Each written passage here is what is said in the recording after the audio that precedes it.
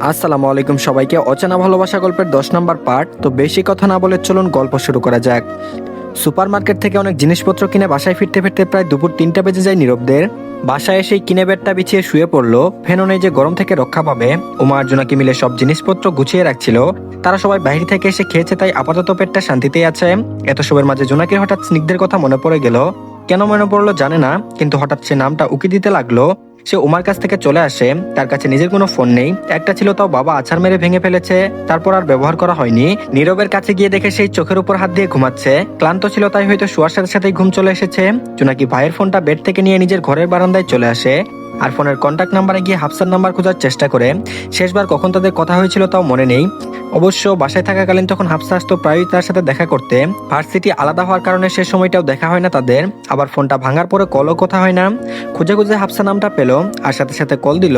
Phone ring বাজতে সে কানের কাছে ধরলো সেটা। ওদের আগ্রহ নিয়ে অপেক্ষা করলো হাফসার। এই মেয়েকে আজ সে কোনোভাবেই ছাড়বে না। কত বড় ফাজিল হলে এমন কাজ করে, তাও আবার নিজেরই বান্ধবীর সাথে। তারপর বলল, আসসালামু আলাইকুম ভাইয়া। জোনাকির আগে ফেটে পড়ে আর বলে, ওয়ালাইকুম আসসালাম, তবে ভাইয়া নয়, আমি ভাইয়ার বোন বলছি। হাফসা বলল, তুই? জোনাকি, আমাকে এতদিন পর মনে পড়লো তোর? শালি, ভাইয়ের বিয়ে খেতে গেলি যে আর আসার কোনো খবরই নাই তোর। জোনাকি বলল, এমন কাজ করেছিস যে না মনে করে পারলাম না। হাফসা বলল, কি ভালো কাজ করে ফেলেছি আমি? জোনাকি বলল, আমার ডায়েরিটা তোর কাছে কিভাবে গেল?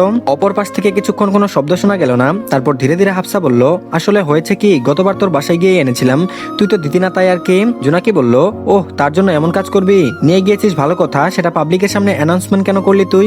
এগুলো তোর কাছে মজা মনে হয় নাকি? হাফসা বলল, জোনাকি রেগে যাচ্ছিস কেন? তুই তো জানিস আমার রেডিও শুনতে কত ভালো লাগে। আর সেখানে রায়হান আমার ফেভারেট। আর যে রায়হান, আজকে একটা ভালোই সুযোগ পেয়েছিলাম শুতে লাইভে তার সাথে কথা বলার। জোনাকি বলল, তার জন্যই তুই আমার ডায়েরি লেখাগুলো শুনিয়ে দিলি? হাফসা বলল, এমন করছিস কেন? আমি তো ভেবেছিলাম স্নিগ্ধ ভাইটা যদি কোনো জায়গা থেকে এই ডায়েরিটা সম্পর্কে শুনে, তাহলে নিশ্চয়ই সে বুঝে যাবে তুই তাকে কতটা ভালোবাসিস আজও, আর ছুটে আসবে তোর কাছে। জোনাকি বলল, সে শুনেছে, এমনকি আমার সামনে সে এই ডায়েরিতে থাকা প্রত্যেকটা কথা শুনেছে, কিন্তু সে ছুটে আসেনি। বলতে বলতে পাশ ফিরে তাকালো জোনাকি। বারান্দার দরজায় স্নিগ্ধকে নিজের দিকে তাকিয়ে দাঁড়িয়ে থাকতে দেখে কিংকর্তব্য বিমূঢ় হয়ে গেল জোনাকি। স্নিগ্ধ এগিয়ে আসলো বারান্দার দরজা থেকে আর দাঁড়ালো ঠিক জোনাকির পাশে। জোনাকি বিস্মিত হলো। ফোনের অপর পাশ থেকে হাফসা হেলো হেলো করতেছে, কিন্তু জোনাকির দিক থেকে কোনো উত্তর পেল না। এক পর্যায়ে কলটা কেটে দিল সে। স্নিগ্ধ গ্রিলের সামনে এসে দাঁড়িয়ে বাইরের দিকে দৃষ্টিপাত করলো। জোনাকি ফোনটা কান থেকে নামিয়ে একটা শুকনো ঢুক গিলল। তাহলে কি স্নিগ্ধ শুনে গেছে সবটা? সে কি করবে বুঝে উঠতে পারছিল না, তাই চুপচাপ দাঁড়িয়ে থাকলো। স্নিগ্ধের পাশ থেকে কোনো উত্তর না পেয়ে ভাবলো সেখান থেকে চলে যাবে, কিন্তু তার পা এগিয়ে নেওয়ার আগে স্নিগ্ধ ভরাট কণ্ঠে বলল, কার সাথে কথা বলছিলে? কথাটা শুনে যেন জোনাকি কিছুক্ষণের জন্য মরুভূমি তৈরি হওয়া মনটায় পানি আসলো। তাহলে কি স্নিগ্ধ কিছুই শুনেনি? সে নিজেকে ধাতস্থ করে ধীরে ধীরে বলল, আমার এক ফ্রেন্ড ছিল। স্নিগ্ধ বলল, ও। জোনাকি জি বলে চলে যাবে ভেবে মুখটা খুলবে, ঠিক তখন স্নিগ্ধ আবারও তার গম্ভীর ভরাট কণ্ঠে বলল, হাফসা। জোনাকির চোখ বড় বড় আকার ধারণ করলো। তাহলে কি সে সবটা শুনে ফেলেছে? কোনোভাবে কি বুঝে গেছে রেডিওর সেই মেয়েটা হাফসা ছিল? জোনাকির গলা শুকিয়ে কাটকাট হয়ে যায়। তার গলা থেকে আর কোনো উত্তর আসে না। স্নিগ্ধ বাহির থেকে দৃষ্টি সরিয়ে তার দিকে দৃষ্টিপাত করলো। জোনাকির মাথা নিচু করে মেজের সাথে পা ঘষছিল। স্নিগ্ধ তার কিছুটা কাছে এগিয়ে আসলো। এক হাত দূরত্ব তাদের মধ্যে। স্নিগ্ধকে নিজের কাছে দাঁড়াতে দেখে জোনাকি বিস্ময় নিয়ে মাথা উঁচু করে তাকালো। স্নিগ্ধের মুখটা খুব স্বাভাবিক, অথচ তাকে দেখে মনে হচ্ছে যেন জেল পালানো আসামি। স্নিগ্ধ বলল, আমার মনে হলো হাফসা, তাই জিজ্ঞেস করছি, এভাবে ধরা খেয়ে যাওয়ার মতো তো কিছু বলিনি। জোনাকি বুঝলো না স্নিগ্ধ ঠিক কি বুঝালো। তার কথার মাঝে সন্দেহ প্রকাশ পাচ্ছে তা তো নিশ্চিত, তাই কথা ঘোরানোর জন্য বলল, আপনি কখন এসেছেন স্নিগ্ধ ভাই? স্নিগ্ধ জোনাকির দিকে তাকিয়ে হাসলো। হাত দিয়ে ডান পাশের ভ্রুটায় হাত বুলাতে বুলাতে জোনাকির দিকে তাকিয়ে বলল, ইউ নো হোয়াট জোনাকি, আমি সহজে কিছু ভুলি না, হোক সেটা যতই পুরনো কথা, তাই নিজেকে আর যাই হোক আমার সামনে লুকানোর চেষ্টা করবে না। জোনাকি ইনিয়ে বিনিয়ে বলতে লাগলো, কি বলছেন স্নিগ্ধ ভাই, কেন লুকাতে যাব? ভাইয়া কোথায়, সে কি জানে আপনি এসেছেন? চলুন। বলে চলে যাওয়ার জন্য পা বাড়াতে স্নিগ্ধ জোনাকির হাতে টান দিয়ে নিজের কাছে নিয়ে আসে। হঠাৎ এমন হয় জোনাকি ব্যালেন্স রাখতে না পেরে থুবড়ে পড়ে স্নিগ্ধের বুকে। তার চোখ জোড়া বড় বড় আকার ধারণ করে। স্নিগ্ধ তার হাত জোড়া পেছন দিকে এক হাত দিয়ে ধরে রাখে, যার ফলে সে নাড়াচাড়া করেও নিজেকে ছাড়াতে পারে না। হুট করে স্নিগ্ধের এমন আচরণ হজম হলো না জোনাকির। সে কিছুটা বিরক্তিকর সুরেই বলল, স্নিগ্ধ ভাই করছেনটা কি, ছাড়ুন আমাকে। বলে আবারও নিজেকে ছাড়াতে লাগলো। স্নিগ্ধ ঠোঁট কামড়ে হাসলো। তবে জোনাকির কোনো কথার প্রভাবই তার উপর পড়লো না। সে তার মতো করে ঠাই দাঁড়িয়ে আছে। জোনাকি আবারও বলল, আশ্চর্য মানুষ তো আপনি, আমাকে এভাবে কেন দাঁড়িয়ে আছেন ধরে? এবার স্নিগ্ধ বাঁকা হেসে বলল, তাহলে তুমি কি চাও, এভাবে ধরে দাঁড়িয়ে না থেকে অন্য কিছু করব? জোনাকি সামান্য পরিমাণও আশা করিনি এমন লাগামহীনতা, তাও আবার স্নিগ্ধের কাছ থেকে। সে চোখ জোড়া বড় বড় করে তাকায় তার দিকে। এবার তার নাড়াচাড়াটা আরো দ্বিগুণ বেড়ে যায়, কিন্তু তার এই পিঁপড়ার মতো নড়চড় কিছুটাও নাড়াতে পারছে না সামনে থাকা বলিষ্ঠ দেহের অধিকারী স্নিগ্ধকে। জোনাকি রাগ মিশ্রিত কণ্ঠে বলল, স্নিগ্ধ ভাই আপনি তো প্রচন্ড লাগামহীন হয়ে গেছেন, আমার সাথে এমন করে কথা বলছেন কেন? ছাড়ুন আমায়, না হয় আমি চিৎকার করব। স্নিগ্ধ বলল, চিৎকার করো, আমি কি না করেছি?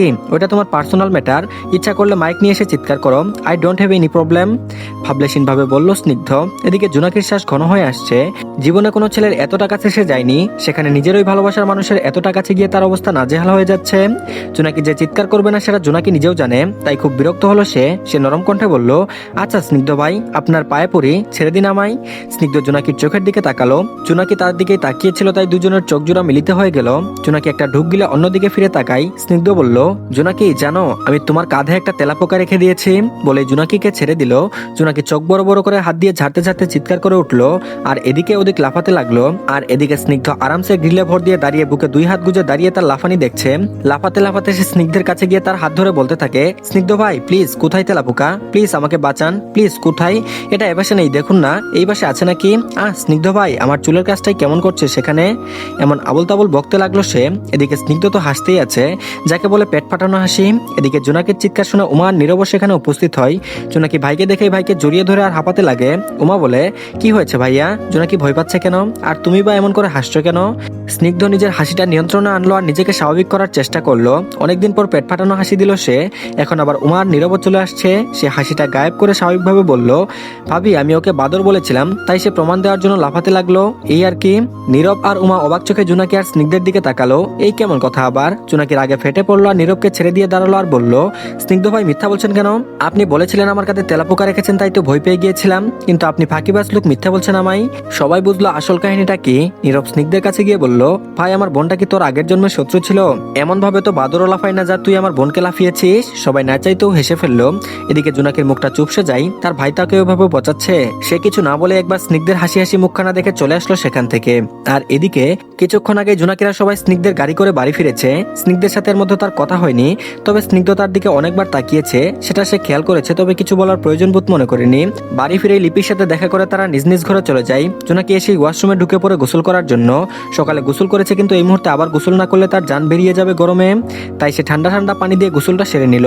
গোসল করে এসে সোজা আয়নার সামনে গিয়ে দাঁড়ালো। তারপর নিজেকে খুঁটিয়ে খুঁটিয়ে দেখতে লাগলো। হ্যাঁ, যা ভেবেছে তাই। তার মাঝে মাঝে লজ্জা কাজ করছে। সে নিজের দুই হাত সামনে নিয়ে এসে দেখতে লাগলো তাদের, আবার প্রশ্নবোধক চাহনি দিয়ে বলল, আপনারা স্পর্শ পেয়েছেন তার, তাই না, কিন্তু আমি লজ্জা পাচ্ছি কেন, গোসলটাও তো শান্তিমতো করতে দিলেন না আপনারা বারবার সামনে চলে আসছিলেন আর আমাকে মনে করিয়ে দিচ্ছিলেন একটা মানুষ আপনাদের মতো শক্ত করে নিজের হাতের বাঁধনে নিয়েছিল, বলে ঠোঁট উল্টালো। নিজেকে পাগল পাগল লাগছে। শেষ পর্যন্ত নিজের হাতের সাথেই কথা বলতে হচ্ছে তাকে। ওই হাত দুটি কি শুনতে পাচ্ছে তার কথা? একদম না। তবে এটা তো সত্যি তাকে শাস্তি দিচ্ছিল না, বারবার সেই দৃশ্যটাকে মনে করিয়ে দিচ্ছিল। সামান্য হাতই তো ধরেছে, এত ভাবাভাবির কি আছে ভেবে আয়নার সামনে থেকে সরে দাঁড়ালো আর বিছানার উপর রাখা কয়েকটা শপিং ব্যাগের দিকে তাকালো। সেগুলোতে কয়েকটা কুর্তি আছে। নীরব আজ তাকে এগুলো নিয়ে দিয়েছিল। সে এগুলো নিয়ে ঠিকঠাক ভাবে ব্যাগে রেখে দিল। দরজায় ঠক ঠক আওয়াজ শুনে দরজার দিকে এগিয়ে গিয়ে দরজাটা খুলে দেয় সে। সামনে রহিমা খালাকে দেখে বলে, আন্টি আপনি, কিছু হয়েছে বলুন। রহিমা বলল, তোমাকে ডাকতেছে, নিচে চলো। কখন আসছো, এখনো তো কিছুই খেলে না, আসো এখন, বলে তিনি চলে গেলেন। যেন কোনো কিছুর তাড়া ছিল। জোনাকিও ভেতরে গিয়ে ওনাটা ভালোভাবে গায়ে জড়িয়ে নিয়ে বেরিয়ে পড়লো ঘর থেকে। বসার ঘরে যেতেই বাড়ির সকলকে সেখানে উপস্থিত হতে দেখলো। কথার আসর বসিয়েছেন সকলেই, সেখানে রায়ানও উপস্থিত ছিল। জোনাকি সবাইকে একবার দেখে নিয়ে এগিয়ে যায় রিয়া আর উমার কাছে। স্নিগ্ধ সোফায় একপাশে বসে ল্যাপটপে কোনো কিছু করছিল খুব মনোযোগ দিয়ে, আর তার পাশেই বসে জামান রহমান, নীরব আর রায়হান, তারা সবাই মিলে কোনো একটা বিষয় নিয়ে আলোচনা করছে। এদিকে সোফার অন্য পাশে ছোট বসার টেবিলে চেয়ারে লিপি রহমান, রিয়া আর উমা বসে গল্প করতে করতে চা খাচ্ছিল। জোনাকি যেতেই তারা তাকে সেখানে বসতে বলে চা এগিয়ে দেয়। যেহেতু এখন সন্ধ্যার সময়, তাই চা খাওয়াটাই ভালো মনে করেছে সবাই। আড্ডা দিতে দিতে লিপি জোনাকির দিকে তাকিয়ে বলল, জোনাকি সকালে না গোসল করলি, এখন আবার গোসল করেছিস, ঠান্ডা লেগে যাবে তো। জোনাকি চায়ের কাপে চুমুক দিচ্ছিল, তখন লিপি এই কথা বলতেই ধোয়া ওঠা চায়ের কাপটা টেবিলের উপর রেখে বলল, আন্টি খুব গরম পড়েছে, আর বাইরে থেকে আসার পর আরো বেশি গরম লাগছিল, তাই এখন গোসল করে নিয়েছি। লিপি রহমান বলল, বুঝেছি, তাহলে সকালে গোসল না করে যাওয়া উচিত ছিল, এখন একদিনে দুইবার গোসল করাটা কি ঠিক হলো বল। জোনাকি বলল, হ্যাঁ আন্টি জানি তো। এভাবে আরো বিভিন্ন প্রসঙ্গে কথা বলতে লাগলো তারা। রায়হান জোনাকিকে এতক্ষণ দেখেনি, কিংবা বলা যায় কথার দরুন খেয়াল করেনি। সে নীরবদের মাঝ থেকে উঠে দাঁড়ায় আর মেয়েদের মাঝে গিয়ে দাঁড়ায়। জোনাকির দিকে তাকিয়ে একটা মুচকি হাসি দিয়ে বলে, কি অবস্থা মিস জোনাক।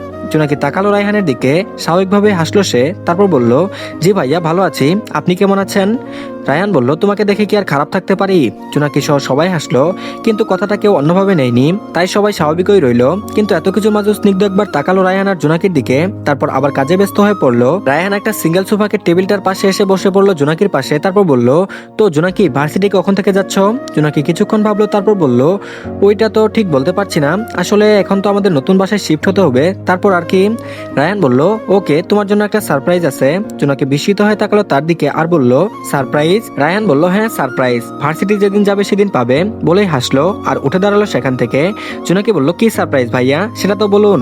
রায়হান বলল, সারপ্রাইজ ইজ সারপ্রাইজ জোনাকি, বললে কি আর সেটা সারপ্রাইজ বলা যাবে নাকি, অপেক্ষা করো, বলে আবার নীরবদের মাঝে চলে গেল। জোনাকি কিছুক্ষণ তাকিয়ে রইল সেদিকে। হঠাৎ কিসের সারপ্রাইজের কথা বললো রায়হান, বুঝলো না সে। স্নিগ্ধের দিকে তাকাতে দেখলো সে তার দিকেই তাকিয়ে আছে।